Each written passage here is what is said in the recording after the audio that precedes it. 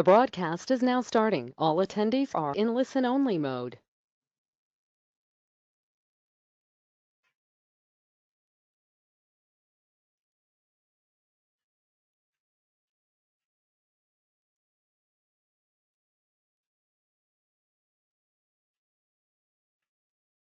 Hello and welcome to the Micklin Law Group's monthly webinar series. This webinar is 5 ways to avoid paying alimony in a divorce.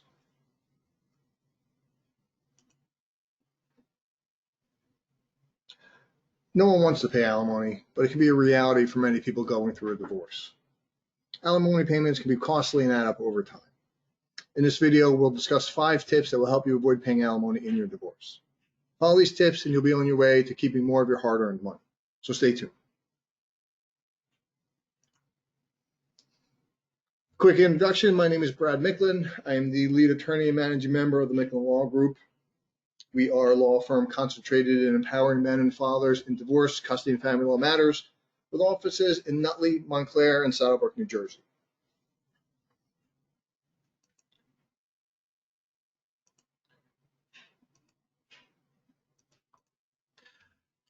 Putting on the screen my next slide for some awards I've been honored to receive from both clients and organizations.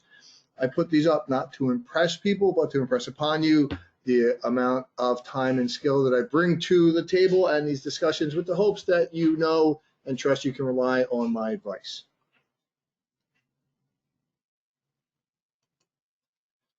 I'm also, from time to time, chosen to be a national media legal consultant on various topics. I've appeared on Larry King, may he rest in peace, great man, Inside Edition, Fox News, and many other sources. Again, not to impress people, but just to show the extent of my experience, with the hopes that it helps those that are tuning in now. So let's talk about what we're going to need to know. Like I said, we're going to talk about 5 tips. If you stay tuned through the whole video, you may get a bonus at the end. I'm hoping that you will either now or in the future also like and share this video if you happen to be watching it through a recorded program or a YouTube posting, for instance. That helps the video get shared and helps more people get and learn from the information. So let's jump into tip number 1. Make sure you have a prenup. So prenup is just short for a prenuptial agreement. I generally recommend everybody gets a prenup and that they not plan a marriage or even move in together before. A prenup agreement is just something that you sign before you get married that says what premarital assets and debts you have, how you plan to maintain them during your marriage, and how you want them to be divided after. It will also discuss what should happen with assets that are acquired during the marriage, how they are distinguished from one another, and also how they too should be divided in the unlikely event that you get divorced. It should also include provisions about alimony, whether it's going to be apportioned afterwards or if it's not going to be awarded at all, how you're going to evaluate it and determine it if it will be included at some point in your future, and any other financial issues you think will arise during the course of your marriage. Now, topic of a prenup is very extensive. I think it's important to have a prenup because the hardest part about a divorce is the financial parts, absent the difficulties with custody and parenting time, but a prenup can and won't address those issues. But also because at the time that you're doing a prenup, you care most about one another. You may have the least amount of financial difficulties to contemplate, so you can do it a little more easily. And you're more likely to be fair and reasonable to one another at the time before you get married than if you're in a divorce. You can create a prenup either on your own or with an attorney. I generally recommend having an attorney, not because I am an attorney, but because you want to do it right. New Jersey has a significant amount of restrictions and requirements to make sure you have a valid prenuptial agreement. And the problem can be that you go through a marriage making decisions, financial and emotional and relationships based on the fact you think you have a prenup, and then you may later find out that you don't, and you've relied on that to your detriment. Now, I can't go into all of the requirements, but I do have videos on my YouTube page and my website. You can search YouTube, just Brad Micklin, Micklin, or you can go to micklinlawgroup.com and look for these videos. The benefits of having a prenup, first, is, like I said, it resolves the financial issues in advance when they were less complex. It was created when you cared most about one another, and you had time to contemplate everything that you hoped would happen throughout your divorce and in the unfortunate aspect of a divorce, or of your marriage. I don't know if I said divorce in the first time. I meant during your marriage and afterwards. The risks of not having a prenup are the unknown outcomes to assets, debt, allocation, and alimony. These are all highly complicated and complex analyses to get divorces. No bright line rules in a divorce in New Jersey family law that tells you how much alimony gets awarded after how much time, or you pay based on how much you earn. There's no calculation or formula, although we try to use an informal formula, which I also have a video on my YouTube page, a calculator, an informal calculator for alimony, if you're interested in tuning into that. But that video will tell you that's not what the law says. It's just a way that a lot of practitioners try to approach it. But you'll spend a great deal of money fighting over how to divide your money in a divorce if you don't have a prenuptial agreement. So in short, I recommend everybody get a prenuptial agreement, even if you don't have substantial assets or debts now. First, you may later, and it's much better to plan before you have it. But more importantly, it allows the two partners to learn a lot about how the other uses finances, how much they're earning, how much credit card debt they have, do they have any judgments, are the school loans outstanding. It's shocking to me that I still continue to see what I call a traditional family situation, at least with finances, in many divorces, meaning one person makes more than the other, one person handles the finances, and one person generally handles the children. Sometimes it's the same person, sometimes it's different, sometimes the one who earns more doesn't handle the finances, but there's often a great divide. And a lot of times one spouse doesn't know what the other earns. Often they don't read tax returns because they're too complicated and they just trust one another. Sometimes, and we'll talk about this a little later, one thinks bills are being paid and they're not, or they're not being paid timely. So you learn a lot about a person when you do a prenup, because you have to see their tax returns, you have to see what assets and debts they have and what judgments they have, and you have to talk about these issues at a time where, again, you care most about one another, and you're probably going to be more open-minded about how to handle these things in the unfortunate occurrence of a divorce in your future. Next tip is don't move in together until you're married. And I'm not here to pass on right or wrong, religious morality, parenting, none of that. This is all, I'm sorry, because now I got what sounds like people mowing outside, and I hope it's not going to hurt the audio. My mic maybe a little closer, hopefully that's better. But I think that living separately has several benefits, or at least attributes, that you should consider. When you live together before you get married and you start commingling finances, or you start relying on other people's finances for your lifestyle or the support of children that you may have before you get married, you often are creating a marriage-like relationship, even though you're not in a marriage. And then if you subsequently get married and then divorced, it raises the question of, when did the marital unit really begin? Because you may have been living like a married couple but not married, and one spouse may have quit a job to raise a family. You may have started taking out mutual debts. Maybe somebody went to school and took loans, all before being married. and it blurs the line of when does all of this start. So similar to a prenup, living separately until you're married keeps the issues from getting convoluted during the course of your marriage. So where a prenup is, you spell these things out before you get married so you know what's going to happen. Living together only after you get married puts kind of a line in the sand of when the financial relationship between you two began. And I think that's helpful, not just in a divorce, but it's also helpful when you're getting married and starting a family and learning how to handle joint finances. Knowing that it started at marriage and you started making decisions is more clear. It also hopefully allows you the opportunity to talk about these issues, like I suggested you do with a prenup, before you get married and move in together, and discuss how you're going to handle finances, discuss what income each of you earns, what kind of debts you have, and learn these things before you actually get married, move in together, and start commingling finances. Tip number 3, keep your finances separate.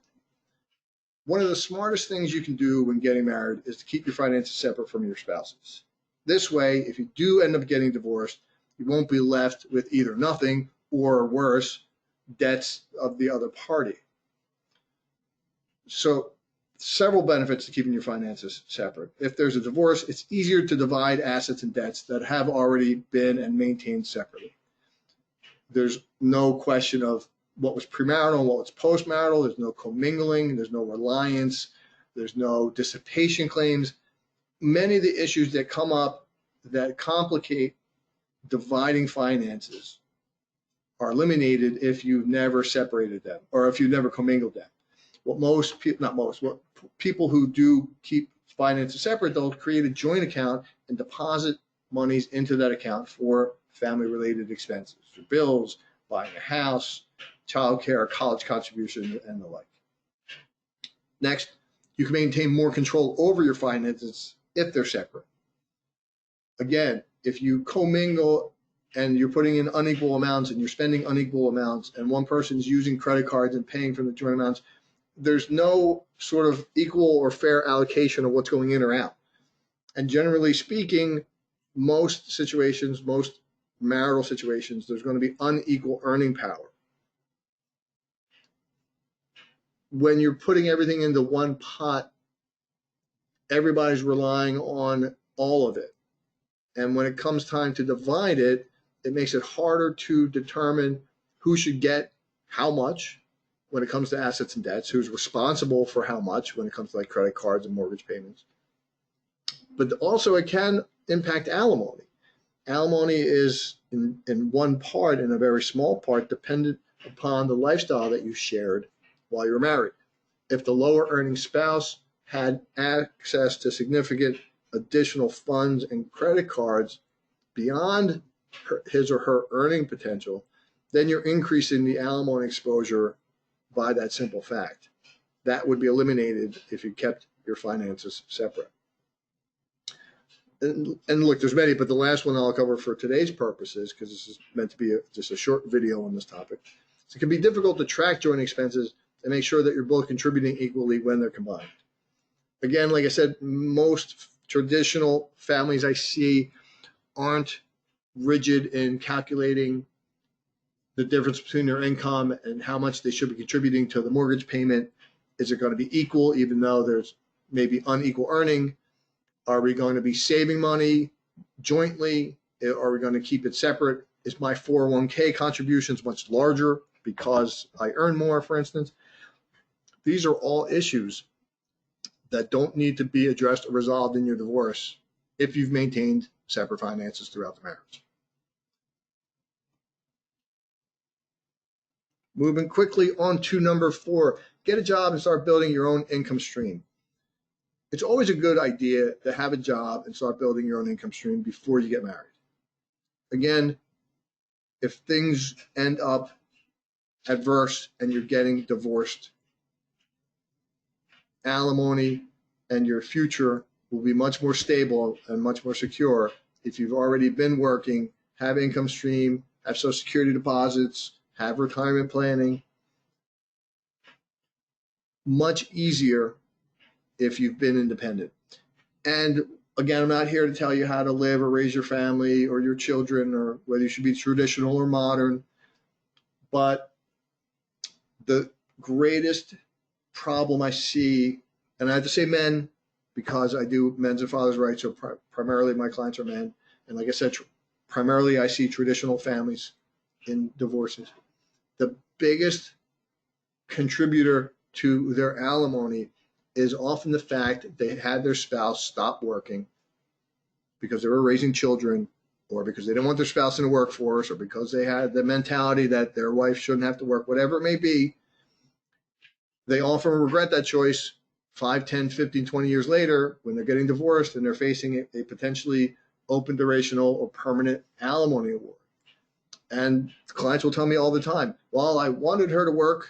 I begged her to work. This is the reason we're getting divorced. None of that matters. What I had to explain to them is the family court can't undo bad decisions. If you elected to have your spouse not work and stay at home, even if you didn't like it, even if you urged him or her to go back to work, but they didn't, you still at least acquiesced to that choice by remaining married all those years. So you can't undo that bad decision. Not only will you increase your alimony exposure, but you increase the difficulty in getting divorced and determining that alimony in the first place, because now you have to determine what their imputed income is, or if it is going to be anything. You might need to have experts talk about employability, and your legal fees and your professional fees will skyrocket, only to determine how much you should pay in alimony, which is just another payment. So the burden is astronomical. So I urge people, while they're planning, while they're discussing, while they're, you might be talking about a prenup or getting engaged, planning on getting married, to understand that the worst thing you can do from an alimony standpoint is to have a spouse not working, especially after the kids are grown and in school and there's no reason that they couldn't go back to work. Also, my personal opinion is, unless you're abundantly wealthy or you don't have children or you don't really care, having two incomes in the house is much better. It's better for the children. There's more money available. It's better for college planning. It just overall makes your life a little easier. It makes your divorce a little simpler. And lastly, when you have one house with one income, after a divorce become two houses with the same one income, there's going to be a substantial change to both of your lives. Now, everybody likes to talk about alimony and comparable lifestyle standard, but comparable doesn't mean equal or identical. It just means similar. And no situation is similar when one house with one income becomes two houses with the same one income. It just doesn't happen. So tip number 4, get a job, keep it, and continue building your income stream, your retirement planning, your Social Security, and everything else that can come along with that. 5, pay attention to who is responsible for debt payment during your marriage. So this goes a little bit to what I was saying when I talk about traditional families and prenups. People just assume that everything is working. And again, I see this good and bad in all the clients that I get. But a lot of times people just think there's plenty of money. Like usually it's the lower earning spouse that may be home taking care of the family. They think everything is great. Mortgage seems to be paid. The lights are on. There's a car in the driveway. And it just seems like all is perfect. They may not know that the mortgage is being paid on the 15th of the month by phone because the check had just cleared, or that we paid electric just because there was a shutoff notice, or that insurance lapsed and you don't have any. And this often occurs in the most egregious of situations I've seen, where there's a spouse who's responsible for payment of the expenses and they don't. And it's often like a mortgage. I mean, I've even seen a client who came to me who explained that he hadn't paid the mortgage. The house went to foreclosure and they lost it, and his wife still didn't know that fact. And it can happen, can easily happen. If you're handling the finances and you get the mail, and nowadays, this was a while back, but now, a lot of statements are electronic, so you're not even getting mail. You can't even see that there's a problem coming in. So often there are significant problems that are developed when you just simply trust that your spouse is handling the bills and is capable of handling the bills. It may not be malfeasance. It may not be divorce planning, which a lot of people like to say. It may be just bad planning. It may be that they were hoping that it got better, or they were ashamed that they couldn't make it, or they have a spending problem. I mean, there could be countless reasons that one spouse creates a horrible financial situation for the other. And it can and will often destroy the marriage. It's often what leads to divorces. One of the greatest causes of divorce is a financial problem, so a bankruptcy or an injury that causes financial problem. It's very, very taxing. So you shouldn't just assume everything is good, all the bills are paid, everything seems to be working. It's often a nice way to just put your head in the sand and assume everything is good, and hopefully it is. It'll be much better if you check it from time to time. It'll be much better if you read the tax returns and learn what they mean. Tax returns aren't as complicated as they seem. They're just a lot of pages that often have no relevant information. There's really about 3 pages in a tax return that are significant. And if you take the time to read them or have somebody teach you what they represent, you can understand what you have, what you owe, what you earn, what you're getting. Check the mail that's coming in so you know where your bills are coming from and going out to. The fatter the envelopes, the more the paper, the more chance there's legal processes going on, and something that you don't know. But again, don't just turn the finances over and assume that it's going to work. I just don't think that's good planning.